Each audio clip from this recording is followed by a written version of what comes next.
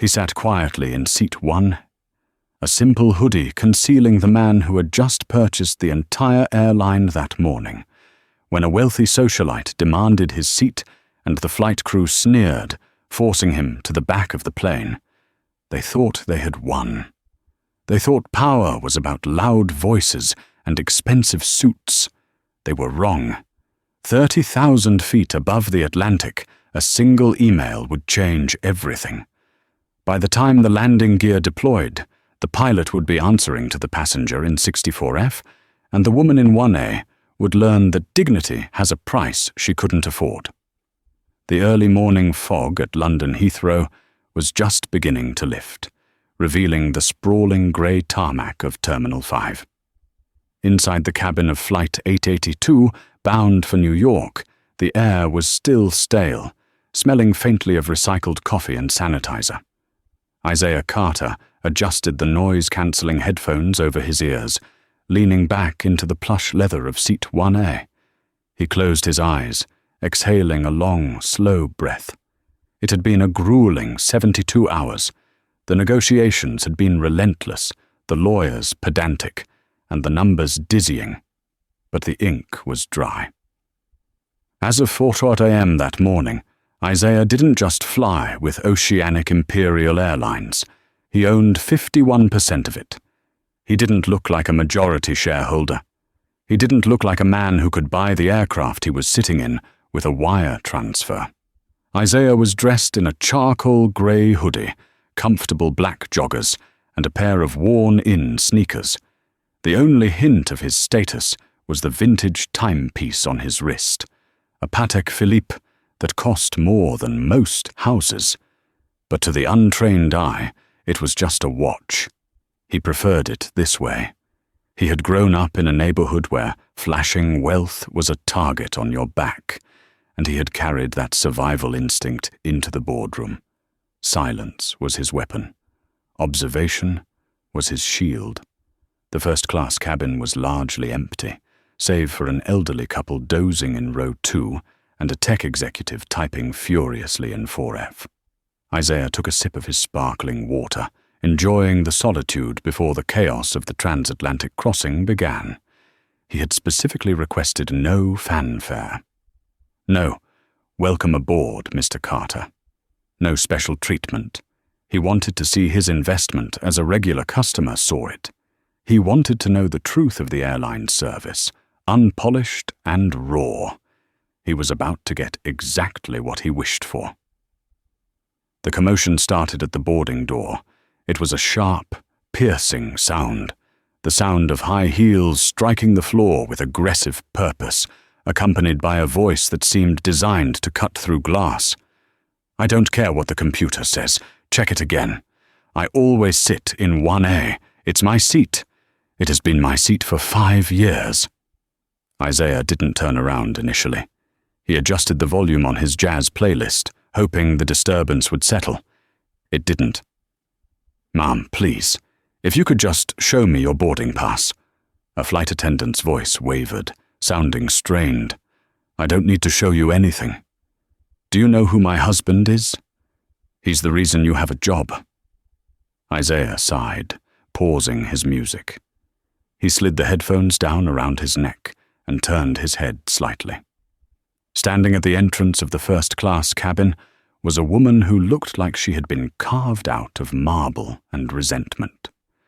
She wore a cream-colored pantsuit that probably cost $5,000, but it fit her poorly, as if it were trying to escape her agitated frame. Her blonde hair was coiffed into a rigid helmet, and she was clutching a crocodile-skin Birkin bag like a weapon. This was Laura Evans. Isaiah recognized the name, though he had never met her. Her husband, Preston Evans, was a mid-level hedge fund manager who made a lot of noise in the city, but rarely delivered on the big deals. They were new money in the worst way, loud, insecure, and desperate to establish a hierarchy wherever they went. Laura's eyes scanned the cabin, dismissing the empty seats in row 2 and 3. Her gaze locked onto seat 1A. Her eyes narrowed. She saw the hoodie. She saw the sneakers. She saw a black man sitting comfortably in the seat she believed was her birthright. The air in the cabin shifted instantly. The temperature seemed to drop 10 degrees. Laura marched forward, ignoring the flight attendant, trailing helplessly behind her. She stopped right beside Isaiah's seat, looming over him. "Excuse me," she said. It wasn't a question. It was an eviction notice. Isaiah looked up, his expression calm, almost bored. "Can I help you?" "You're in my seat," Laura snapped, gesturing vaguely with a manicured hand. "I specifically requested the bulkhead window. 1A. I suggest you grab your things and move." Isaiah didn't blink. He reached into the seat pocket, pulled out his boarding pass and held it up. It clearly read, "Carter, Isaiah." "Seat 1A. "I believe there's a mistake," Isaiah said, his voice a low baritone, smooth and controlled. "This is my assigned seat." Laura didn't even look at the pass. She laughed, a harsh, barking sound. "Assigned? Darling, mistakes happen. The system clearly double-booked. And frankly, looking at you." She let her eyes rake over his hoodie with undisguised disgust. "It's obvious who this seat was intended for. First class is for premium passengers. The crew rest area is in the back." The insult hung in the air, heavy and toxic. The tech executive in 4F stopped typing. The elderly couple in row 2 woke up. Isaiah felt the familiar heat rise in his chest, the echo of 1,000 similar slights over a lifetime. But he pushed it down. He wasn't just a passenger anymore.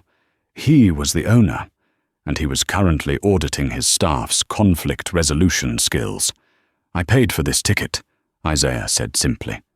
"I'm staying right here." Laura's face flushed a deep, blotchy red. She turned violently toward the galley. "Stewardess, get the purser. Now." The flight attendant who had been trailing Laura hurried forward. Her name tag read Tiffany. She looked young, perhaps in her mid-20s, and completely overwhelmed. However, as she looked between the woman in the Chanel suit and the man in the hoodie, Isaiah watched a calculation happen behind her eyes.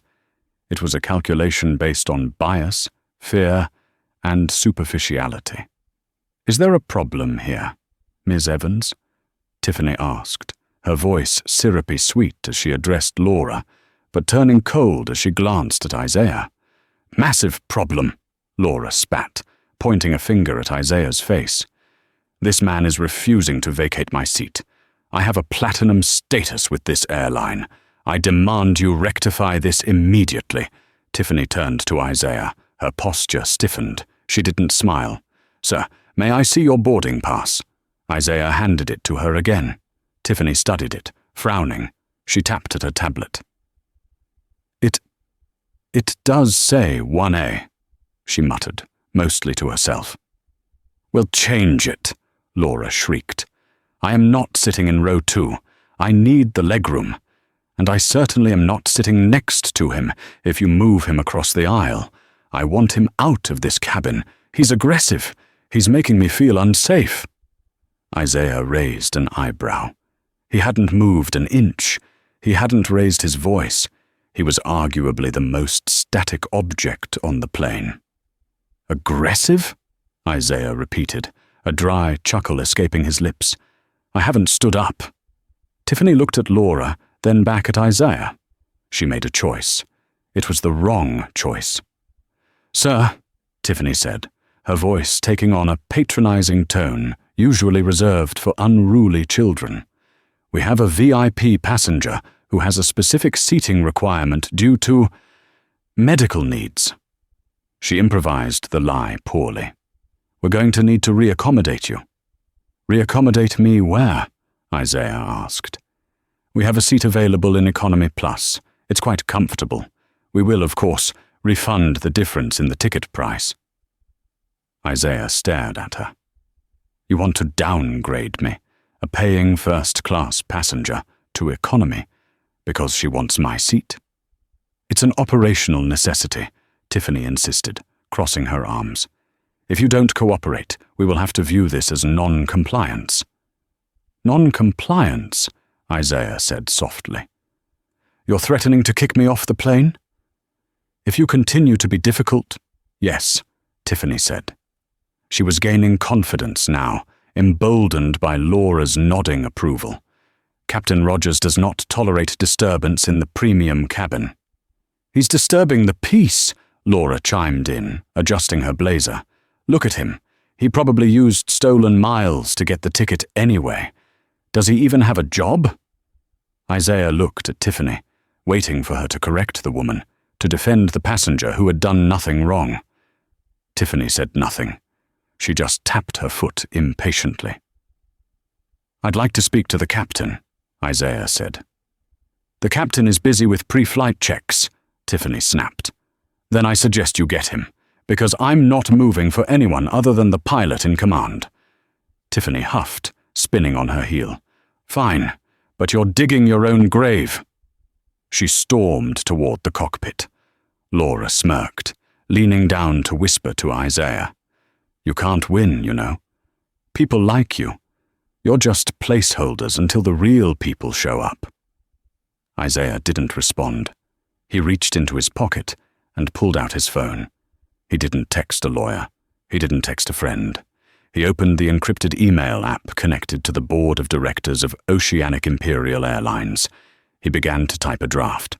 Subject: Immediate personnel review. Flight 882. To Board of Directors, HR, VP, Chief Operations Officer. He didn't hit send yet. He wanted to see how deep the rot went.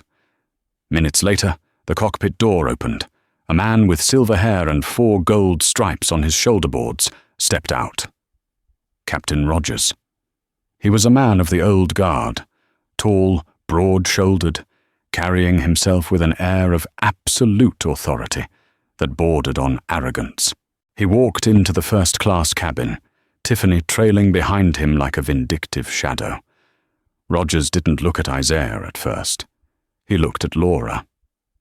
"Ms. Evans, apologies for the delay. We'll get this sorted." He gave her a reassuring nod, the kind of nod shared between members of the same country club. Then he turned to Isaiah. He didn't introduce himself. He didn't ask for Isaiah's side of the story. He simply loomed. "Son," Rogers began. "Son." The word was a calculated diminutive, a verbal pat on the head designed to establish dominance. "The flight attendant tells me you're refusing crew instructions," Rogers said, his voice deep and gravelly. "I'm refusing to be bullied out of a seat I paid for," Isaiah corrected him, maintaining eye contact. "I have a valid ticket. 1A. "Tickets are contracts of carriage," Rogers said dismissively. "And that contract states that we can move passengers for operational security and safety. Ms. Evans is a frequent flyer and a known entity to this airline. You are causing a scene." "I'm sitting down," Isaiah pointed out. "She is the one shouting." "Don't get smart with me," Rogers barked, his face tightening. "I'm the law on this vessel. Now you have 2 choices. You pick up your bag, you walk back to row 34, and you sit there quietly. Or I call the airport police. They drag you off. You get banned from the airline, and you spend the night in a cell. Which is it going to be?" The cabin was silent. The tech executive in 4F was now filming on his phone, hiding it behind a magazine. Isaiah looked at Captain Rogers. He saw a man who had stopped caring about fairness years ago. A man who operated on bias and convenience. He looked at Tiffany, who was smirking.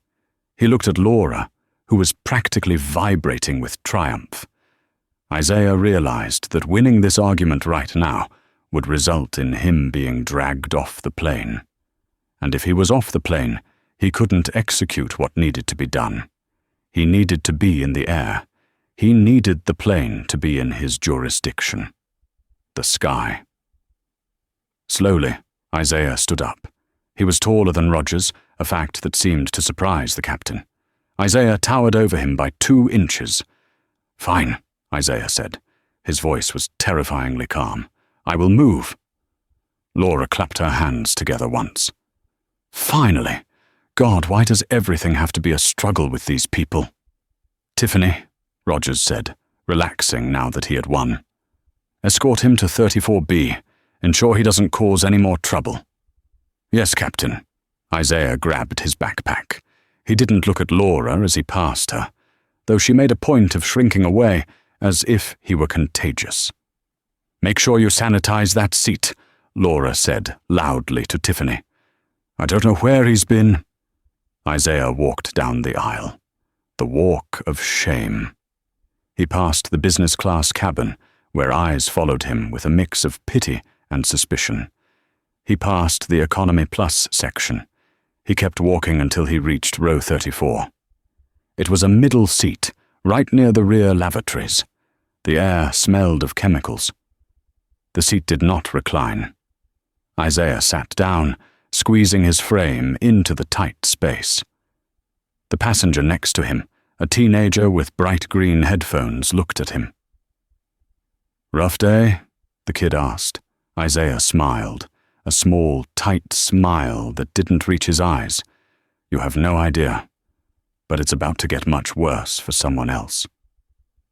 As the plane pushed back from the gate, Isaiah pulled out his phone again. He connected to the onboard Wi-Fi as soon as the signal light turned green. Most people used the in-flight Wi-Fi to check Instagram or send WhatsApp messages. Isaiah used it to access the company's mainframe. He needed the employee ID numbers for Captain Rogers and senior flight attendant Tiffany. They were easy to find on the digital manifest. Rogers, M. ID, Ride 8921. Tiffany, L. ID, Satan 99023. The plane taxied to the runway. The engines roared to life, pressing Isaiah back into the cramped economy seat. As the wheels left the ground and London fell away beneath them, Isaiah Carter began to work. He wasn't just going to fire them. That was too easy. He was going to dismantle their entire world, 30,000 feet in the air. He opened the email draft he had started earlier. He added the ID numbers. He attached the audio recording he had secretly taken of the entire interaction on his watch. Then he added a new directive to the Operations Center in New York. To Global Operations Director. From Isaiah Carter, majority shareholder. Subject, immediate command change. Flight 882. Status, critical. Execute Order 66. He smiled to himself. A joke, but the feeling was accurate. Real text. Execute protocol. Mid-flight administrative suspension. He hit send. The message bounced off a satellite, zipped down to a server farm in New Jersey, and triggered a red alert on the screen of the Director of Operations for Oceanic Imperial Airlines. Up in first class, Laura Evans was sipping champagne, her feet propped up on the bulkhead wall of seat 1A. "Tiffany," she called out. "More bubbles. And tell the captain he handled that ruffian beautifully." "Of course, Ms. Evans." Tiffany beamed. They had no idea that the digital axe was already swinging. 4,000 miles away, in the glass-walled operations center of Oceanic Imperial Airlines in New York, the atmosphere was typically chaotic. Phones rang, screens flashed with weather patterns, and dispatchers coordinated the intricate ballet of hundreds of flights. Arthur Pendleton, the director of global operations, was nursing his third coffee of the morning when his priority terminal let out a sound he hadn't heard in years. It wasn't a standard email notification.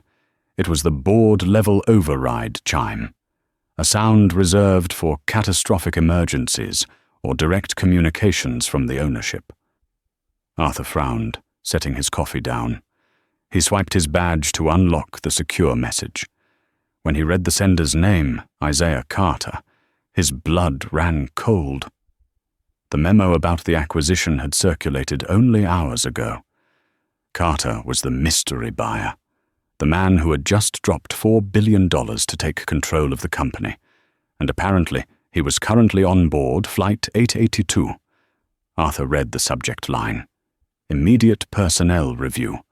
Flight 882. Then he opened the attachment, the audio file. He put on his headset and clicked play. The sounds of the cabin filled his ears. Laura Evans's shrill, entitled voice, Tiffany's condescending tone, and then the unmistakable, gravelly voice of Captain Rogers threatening to have the owner of the airline arrested. Arthur's face went pale. He listened to the entire exchange. He heard the calm refusal of Isaiah and the subsequent bullying by the crew. He heard the humiliation of a man being forced to the back of the plane he owned. "Oh my God," Arthur whispered. "Rogers, you idiot!" He immediately hit the intercom button, connecting him to the transatlantic dispatch desk. "Get me a direct A-CARS link to Flight 882, now, and get the chief pilot on the line." "Sir, 882 is cruising at 36,000 feet. Is there a mechanical issue?" "No," Arthur said, typing furiously. "It's a career issue. We have a code black. The owner is on board, and the crew just threw him in economy. I need to send a priority command message to the cockpit." Arthur typed the message. It had to be precise. It had to be absolute. To Flight 882, cockpit from NY Operations, Director, Board of Directors. Priority, critical message, identify passenger in seat. 34B, confirmed identity, Isaiah Carter, majority shareholder and chairman of the board. You have just evicted the owner of the airline. Execute immediate protocol. 9. Command transfer. Acknowledge. Arthur hit send. He watched the message sent indicator spin. He prayed the first officer was the one reading the screens. 36,000 feet above the Atlantic Ocean, the cockpit of Flight 882 was quiet. Captain Rogers was drinking coffee, feet relaxed near the rudder pedals, feeling pleased with himself. He liked putting people in their place. It made him feel like the commander he was. "Smooth air today," First Officer David Chen said, checking the fuel flow. David was younger, sharper, and often found Rogers' arrogance insufferable, but he kept his mouth shut to build his hours. Suddenly, the ACR's printer in the center console whirred to life. The distinct ding-dong of an incoming priority message echoed in the small space. "Probably a weather update for the approach," Rogers grunted, reaching for the slip of paper as it spooled out. He tore it off. He adjusted his glasses. David watched the captain's face. He saw the blood drain out of it so fast it looked like Rogers was having a stroke. The cup of coffee in Rogers's hand began to shake, the liquid rippling violently. "Captain?" David asked, concerned. "What is it? Engine trouble?" Rogers couldn't speak. His throat had closed up. He read the paper again. "Passenger in 34B, Isaiah Carter, majority shareholder, owner." The memory of the last hour crashed into him like a freight train. The sun, the threat of arrest, the dismissal. He had treated the man who signed his paychecks, the man who owned the very metal casing around them, like a criminal. "Oh no," Rogers wheezed. "Oh no, no, no." "Skipper, talk to me," David urged, reaching for the paper. Rogers didn't stop him. David read the message. His eyes went wide, but unlike Rogers, a flicker of dark amusement crossed his face. He knew Rogers was a bully. He knew Tiffany was a nightmare. Karma, it seemed, had booked a ticket. "Protocol 9, David said, his voice professional but edged with steel. "That's a command transfer, Captain. It means the company has lost faith in your ability to make rational decisions." I didn't know," Rogers stammered, sweat beading on his forehead. "He was in a hoodie. He looked like a nobody." "And that," David said, unbuckling his harness to turn fully toward Rogers, "is exactly why you're in trouble. Operations is waiting for an acknowledgement, and they want you to go back there." Another message printed out. 2. Captain Rogers. Instruction: proceed to row 34 immediately. Apologize. Restore Mr. Carter to seat 1A. Inform flight attendant. T. Evans, she is relieved of service duties immediately. Do not engage with passenger Evans. Rogers stared at the cockpit door. It looked like the entrance to a guillotine. I can't go back there, Rogers whispered. David, you go. Not me, Captain, David said, engaging the autopilot's secondary lock. I didn't kick him out. This is your mess. And if you don't go, New York says they'll have airport security waiting to arrest you for insubordination upon landing. Go. Rogers unbuckled slowly. He put his hat on, trying to summon the authority he had felt an hour ago. It was gone. He felt small. He felt terrified. He opened the cockpit door and stepped into the galley. The first-class cabin was dim, the shades drawn for the movie mood lighting. Laura Evans was asleep, her mouth slightly open, an empty champagne flute balanced precariously on her armrest. She looked peaceful, completely unaware that her world was about to implode. Tiffany was in the galley, refreshing her lipstick in a compact mirror. When she saw Captain Rogers emerge, she brightened. "Captain, need a refill?" she asked, flashing a flirtatious smile. "Is the unruly passenger behaving back in the zoo?" Rogers didn't smile back. He looked at her with a mixture of anger and shared doom. "Put the lipstick away, Tiffany." "Excuse me?" "Follow me," he croaked, "and bring the passenger manifest." "Why? What's going on?" Tiffany's smile faltered. She sensed the shift in his energy. The arrogance was replaced by a trembling fear. "Just follow me," Rogers snapped, his voice cracking. He began the walk. He walked past Laura in 1A. He walked through the curtain into business class. The passengers there looked up, surprised to see the captain walking the aisle mid-flight. Usually this meant bad news, turbulence, a diversion. They watched him pass, his face set in a grimace of mortification. Tiffany trailed behind him, clutching the tablet, her heels clicking nervously. They passed Economy Plus.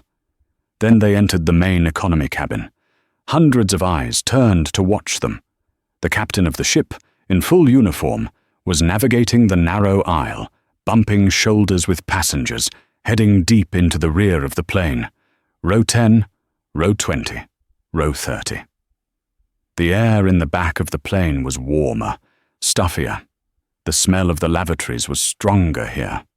Rogers felt every inch of the distance he had forced Isaiah to walk. Finally, they reached row 34. Isaiah Carter was working on his laptop. He had the tray table down, his elbows tucked in tight to avoid hitting his neighbors. He didn't look up as the captain approached. He typed a sentence, hit enter, and then slowly closed the lid of his MacBook. He turned his head. The teenager with the green headphones pulled them off, eyes wide. The entire back section of the plane went silent. Everyone sensed the gravity of the moment. Captain Rogers stood in the aisle, looming over the seats, but his posture was slumped. He cleared his throat. It sounded like dry leaves crunching. Mr. Carter," Rogers began. Isaiah looked at him. "Captain, you're far from your post." We received a communication from New York," Rogers said. He was sweating profusely now. "There has been a terrible misunderstanding." Isaiah unbuckled his seatbelt and stood up. In the cramped aisle, he was face to face with the pilot. "Misunderstanding implies confusion, Captain. You weren't confused.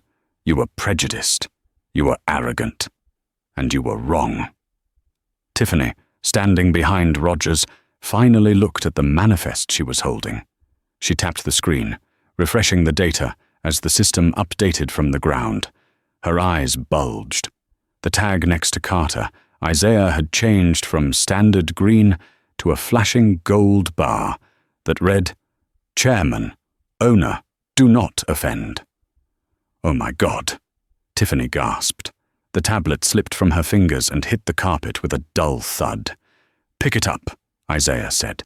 He didn't shout. He didn't have to. The command cracked like a whip. Tiffany scrambled to pick up the tablet, her hands shaking so hard she nearly dropped it again. "Sir, I had no idea. You were wearing a hoodie. I thought—" "You thought respect was something you give only to people who look like they can afford it," Isaiah finished for her. "And you thought you could treat everyone else like garbage." Isaiah stepped out into the aisle. He looked at Rogers. "Captain Rogers, consider this your official notice. As of this moment, you are administratively suspended." A gasp rippled through the nearby passengers. "Suspended?" Rogers choked out. "But I have to land the plane. First Officer Chen is fully qualified to land this aircraft," Isaiah said calmly. "You will return to the cockpit, sit in the observer's jump seat, and touch nothing. You are to speak only if safety dictates it. Otherwise, you are a passenger. Do you understand?" Rogers looked like he wanted to argue, to pull rank, but the weight of the billions of dollars standing in front of him crushed his ego into dust. "Yes, sir," he whispered. "And you?" Isaiah turned his gaze to Tiffany. Tiffany was trembling, tears welling up in her eyes. "Please, sir, I need this job. I have rent, You should have thought about that when you were degrading a paying customer to please a socialite," Isaiah said, his voice devoid of pity. "You are relieved of service duties immediately. You will not serve another drink. You will not speak to another passenger." Where do I go?" Tiffany stammered. Isaiah pointed to seat 34B, the middle seat he had just vacated. "Sit," Isaiah commanded. "But that's economy," Tiffany whispered, horrified. "It's an operational necessity," Isaiah quoted her own words back to her. "If you don't cooperate, I'll have to view this as non-compliance." The teenager in the window seat snickered. Tiffany looked around. There was no escape. Humiliated, she squeezed past the aisle passenger and sank into the cramped middle seat, pulling her knees together, her face burning with shame. Isaiah adjusted his hoodie. "Now, Captain, escort me to my seat.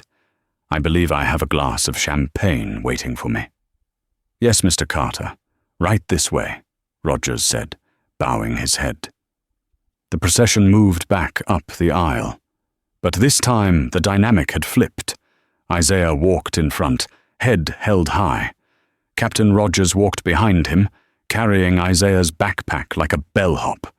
As they passed through the cabins, word spread. Whispers traveled like wildfire. "That's the owner. He just fired the crew. He's taking the plane back." When they reached the curtain to first class, Isaiah paused. He turned to Rogers. "One last thing, Captain. When we land, the airport police will be meeting the aircraft. Not for me. For you and Ms. Evans. Interference with flight crew operations is a federal crime, and since I am the airline, I am pressing charges." Rogers went white. "Now," Isaiah said, sweeping the curtain aside. "Let's handle Ms. Evans." Laura was just waking up as Isaiah walked back into the first-class cabin. She stretched, blinking groggily. She saw Isaiah standing there. "You again?" she groaned, rolling her eyes. "Tiffany, I thought I told you to keep the riffraff in the back. Why is he here?" Isaiah smiled. It was a wolf's smile. "I'm back, Laura," he said softly.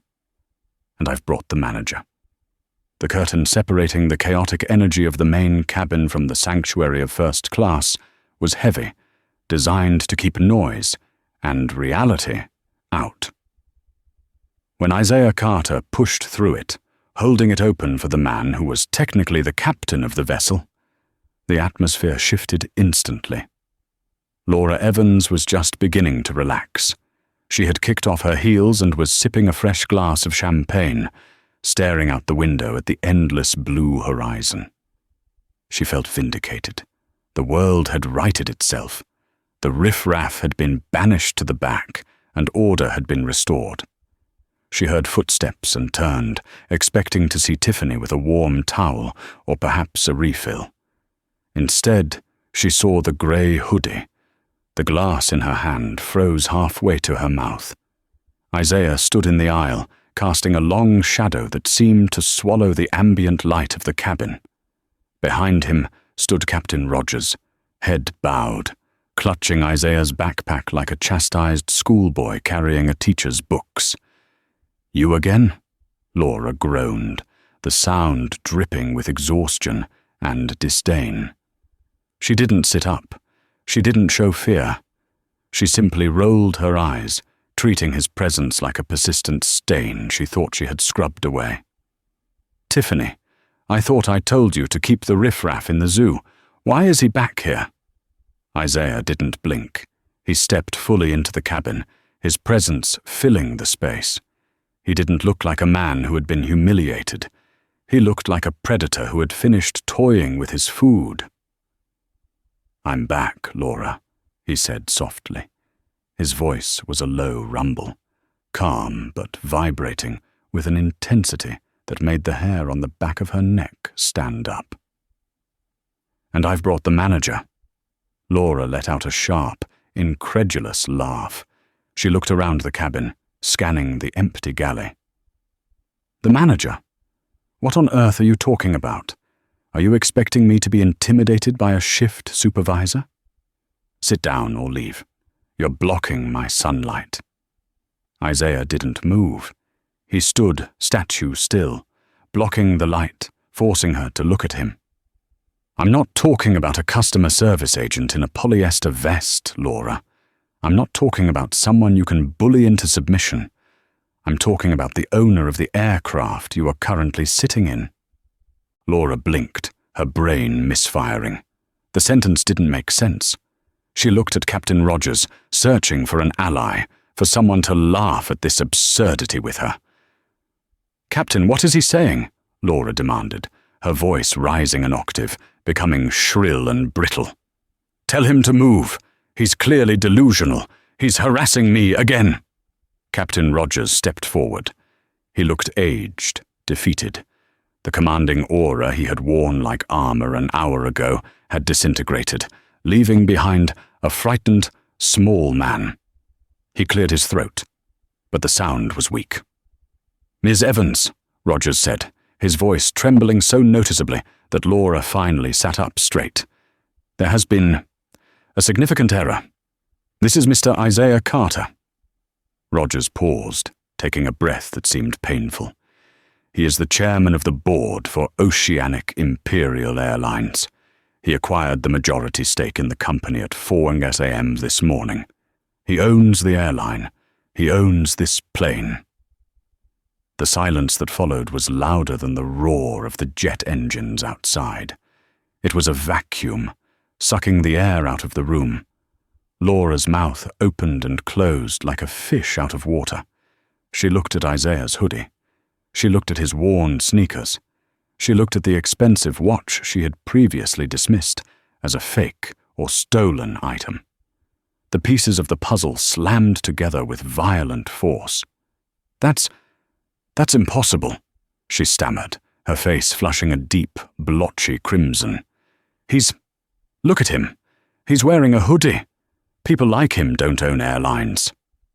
"I suggest you stop looking at my clothes and start looking for your belongings," Isaiah said, stepping past her. He moved with a fluid grace, reclaiming the space. He placed his backpack on the seat of 1A, the seat he had paid for, the seat he owned. "Because when we land in New York, you won't have much time to pack before the police escort you off." "You can't do this," Laura hissed, panic finally piercing through her denial. She scrambled for her purse, her hands shaking so badly she dropped her lipstick. "You think you can scare me? My husband knows people. Preston is a managing partner at Voorhes Capital. He eats people like you for breakfast. He'll destroy you. He'll sue this airline into the ground." Isaiah leaned back against the bulkhead, crossing his arms. He looked at her with a terrifying calmness. He gestured casually to the flight attendant call button panel where the Wi-Fi indicator glowed green. "By all means," Isaiah said. "Call him. The Wi-Fi is on the house today. In fact, I insist." Laura fumbled with her phone, her manicured nails clicking frantically against the screen. She hit speed dial, putting the phone on speaker at maximum volume. She needed an audience. She needed Rogers to hear her husband destroy this imposter. She needed to prove that her world of influence was stronger than Isaiah's reality. The line rang once, twice. "Laura!" Preston's voice came through the cabin, sounding harried and distracted. "I'm in the middle of a partners' meeting." "What is it?" "Preston!" she shrieked, the tears finally starting to spill. "I'm being harassed. The crew is useless and some thug in a hoodie claims he owns the airline and stole my seat. He's threatening to have me arrested. You need to call the CEO immediately. I want everyone fired. I want this man in jail." "Slow down," Preston said, his voice tightening. "Who claims he owns the airline?" "His name is Isaiah Carter. He's standing right over me, threatening me." There was a pause on the other end of the line. A long, heavy, suffocating pause. The background noise of the meeting room on Preston's end, the shuffling of papers, the low murmurs, stopped abruptly. "Preston?" Laura asked, her voice wavering. "Laura." Preston's voice dropped to a terrified whisper, a tone she had never heard from her arrogant husband before. "Did you say Isaiah Carter?" "Yes, he's right here. Tell him who we are." "Shut up," Preston snapped. Laura recoiled as if the phone had physically slapped her. "Excuse me?" "Laura, shut up right now. Do not speak," Preston hissed. "Isaiah Carter just acquired the controlling stake in our firm's biggest liquidity provider this morning. Voorhees Capital leverages 40% of its assets through his holding company. We are in the middle of renegotiating our debt. If he pulls the plug, Voorhees goes bankrupt in 24 hours. We lose everything. The house, the cars, the portfolio, everything." Laura froze. The blood drained from her face, leaving her looking like a wax statue. She looked up at Isaiah. He was watching her, a faint, cold smile playing on his lips, a smile that didn't reach his eyes. "Put him on," Preston ordered, his voice cracking. Laura numbly held the phone out toward Isaiah, her arm trembling uncontrollably. Isaiah didn't take the phone. He didn't need to. He simply leaned toward the speaker, his voice smooth and deadly. "Hello, Preston." "Mr. Carter," Preston stammered. I apologize profusely. My wife, she doesn't know. She's under a lot of stress. Please, sir, don't let this affect the deal. We can handle this internally." "The deal is fine, Preston," Isaiah said, his tone casual, as if discussing the weather. "Business is business. I don't mix money with emotion. However, I have a strict policy about how my staff and my customers are treated. Your wife seems to have violated the airline's code of conduct, specifically the zero-tolerance policy regarding harassment and discrimination." "I understand," Preston said quickly, sounding breathless. "Do whatever you need to do. We accept full responsibility. Just, please don't pull the funding." "I'll see you at the board meeting on Monday, Preston," Isaiah said. "We can discuss the future of your partnership then." "Laura!" Preston shouted through the phone, panic rising in his voice again. "Do not say another word. Do you hear me? You sit there and you shut your mouth. Not one word." Isaiah reached out and tapped the screen, ending the call. The cabin fell silent again. He looked down at Laura. She was pale, slumped in her seat, clutching the dead phone like a lifeline that had just been cut. The power dynamic had not just shifted, it had evaporated. She was no longer the queen of the cabin. She was a liability. She was a ghost. Isaiah turned his attention to the captain.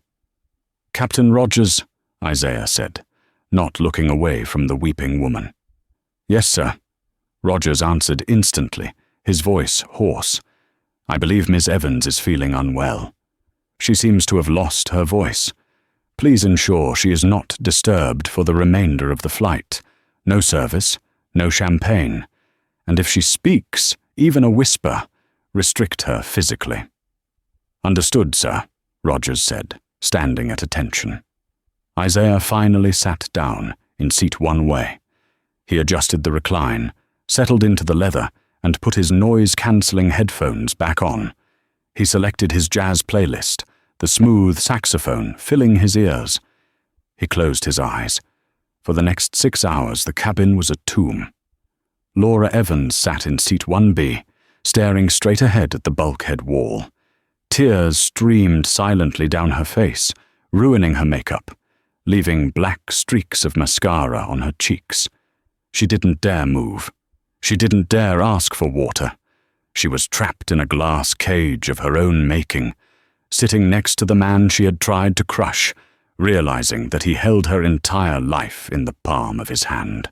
In the back of the plane, Tiffany sat in 34B, squeezed between two large sleeping men, staring at the plastic tray table.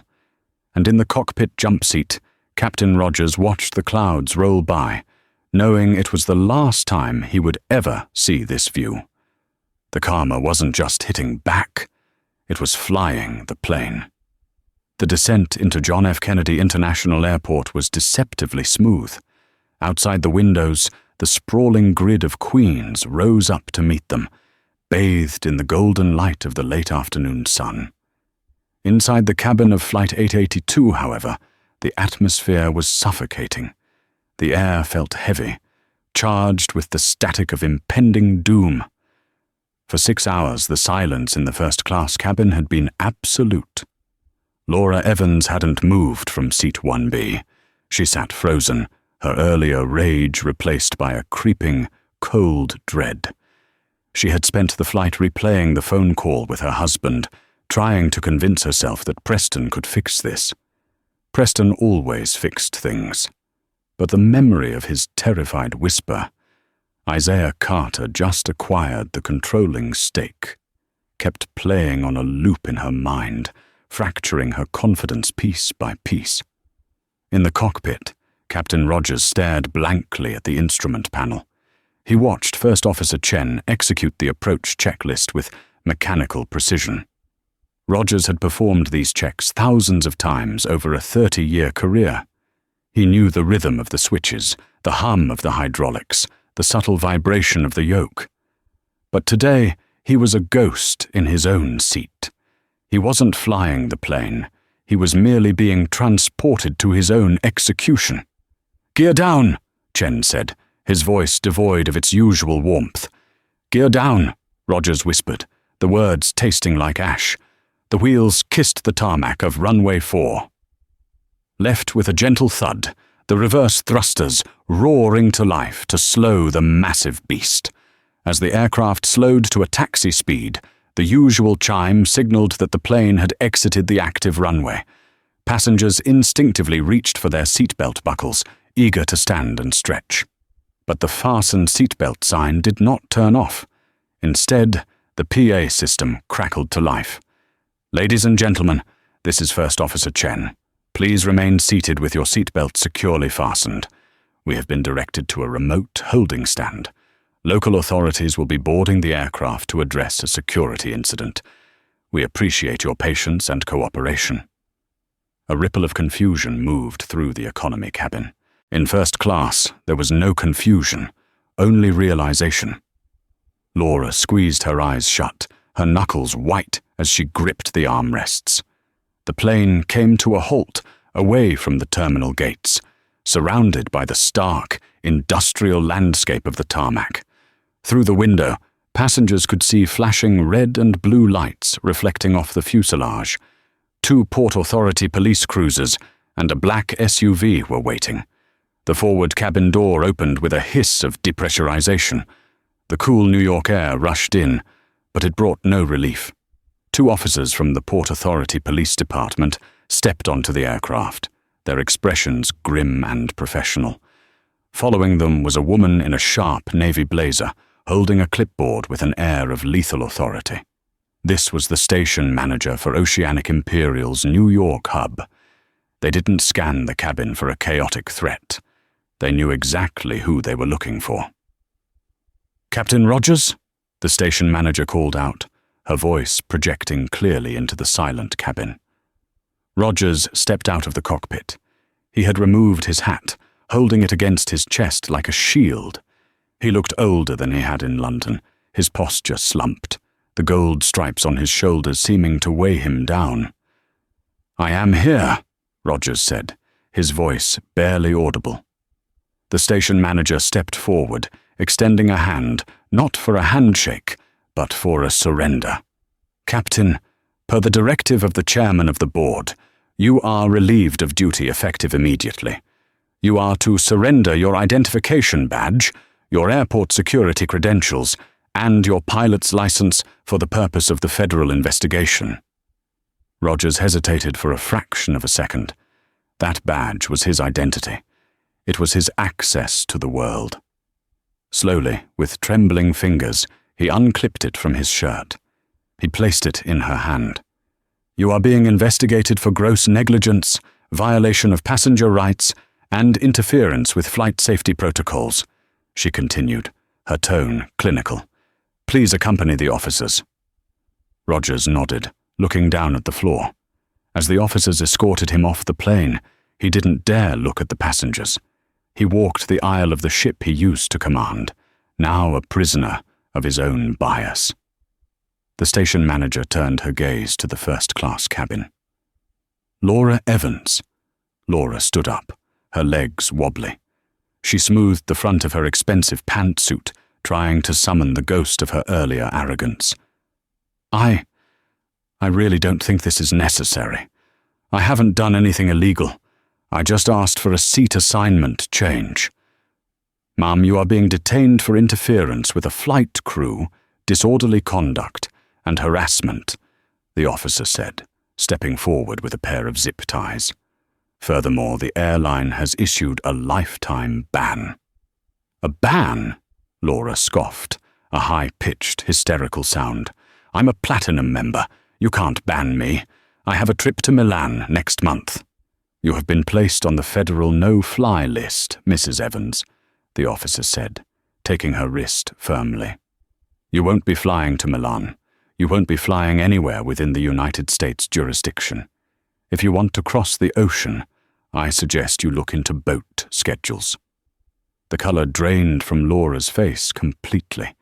The reality crashed down on her. The no-fly list wasn't just an inconvenience. It was a social and professional death sentence for someone in her circle. "My bag!" she gasped, reaching for the crocodile skin Birkin as the officer guided her toward the door. "My bag. We'll grab it, Ma'am. Let's go." As Laura was led away, weeping openly now, dragging her feet like a petulant child, she passed seat 1A. She looked at Isaiah, her eyes pleading for mercy, for him to tell them it was all a joke. Isaiah didn't look up. He was calmly checking his emails, scrolling through the screen with a practiced indifference. He offered her no anger, no lecture, and absolutely no recognition. To him, she was already gone. Finally, the station manager began the long walk to the back of the plane. The entire cabin watched her, necks craning to see who was next. She stopped at row 34. "Tiffany Evans." Tiffany stood up from the middle seat. Her uniform was wrinkled, her eyes red and puffy from hours of silent crying. She looked small, stripped of the veneer of power she had abused at the boarding gate. "Your employment is terminated for cause, effective immediately," the manager said. She didn't offer a severance package. She handed Tiffany a single envelope. "This contains your return ticket to London. It departs in 3 hours." Tiffany took the envelope, her hands shaking. "Thank you," she whispered, her voice breaking. "It is on a partner airline," the manager added, her voice dropping to an icy finality. "Economy class. Middle seat. Non-refundable. Non-upgradable." A few passengers nearby murmured. It was a petty detail, perhaps, but it was poetic justice in its purest form. Tiffany nodded, clutching the ticket to her chest, and began her own walk of shame to the front, feeling the weight of hundreds of eyes judging her. Only when the cabin was cleared of the toxicity did Isaiah Carter finally move. He unbuckled his seatbelt, the metallic click echoing in the quiet space. He picked up his simple backpack and stood. The station manager's demeanor shifted instantly. She straightened up, bowing her head slightly in a gesture of immense respect. "Mr. Carter, on behalf of the entire New York team, I apologize for the experience you had today. We have a car waiting for you on the tarmac." "Thank you," Isaiah said, his voice calm and steady. "The crew handling the return flight. Make sure they understand the values of this company." "We will, sir. The board is ready for your call." Isaiah walked to the door. He paused at the threshold, looking back at the empty seat 1A. It was just a chair, leather, foam, and plastic. But today, it had been a courtroom. It had been a test of character that 3 people had failed miserably. He stepped out onto the metal stairs of the jet bridge, the noise of the airport rushing to greet him. A sleek black SUV was idling near the landing gear, a driver holding the door open. Isaiah walked down the stairs, not as a passenger, but as the architect of a new era for the airline. He slid into the back seat of the car, enjoying the quiet luxury. As the driver pulled away, leaving the chaos of the police cruisers and the weeping Laura behind, Isaiah pulled out his phone. He sent one final email to the entire company, a message that would be read by 40,000 employees within the hour. Subject: a new standard. From Isaiah Carter, Chairman. Message: dignity is not a class of service. It is the baseline. Anyone who forgets that will find themselves grounded. Fly safe. He locked his phone and looked out the window as the skyline of New York City came into view. He had a meeting to get to, he had a company to fix, and he had a world to remind that sometimes the most powerful person in the room is the one in the hoodie, sitting quietly in the corner, watching everything. What a ride. This story is a brutal reminder that you never truly know who you are talking to. Laura and the crew judged a book by its cover, and they paid the ultimate price for it. It costs nothing to be kind, but arrogance can cost you everything: your job, your reputation, and your freedom. If you enjoyed this story of instant karma and justice served at 30,000 feet, please smash that like button. It really helps the channel grow. Don't forget to subscribe and hit the notification bell so you never miss a new story.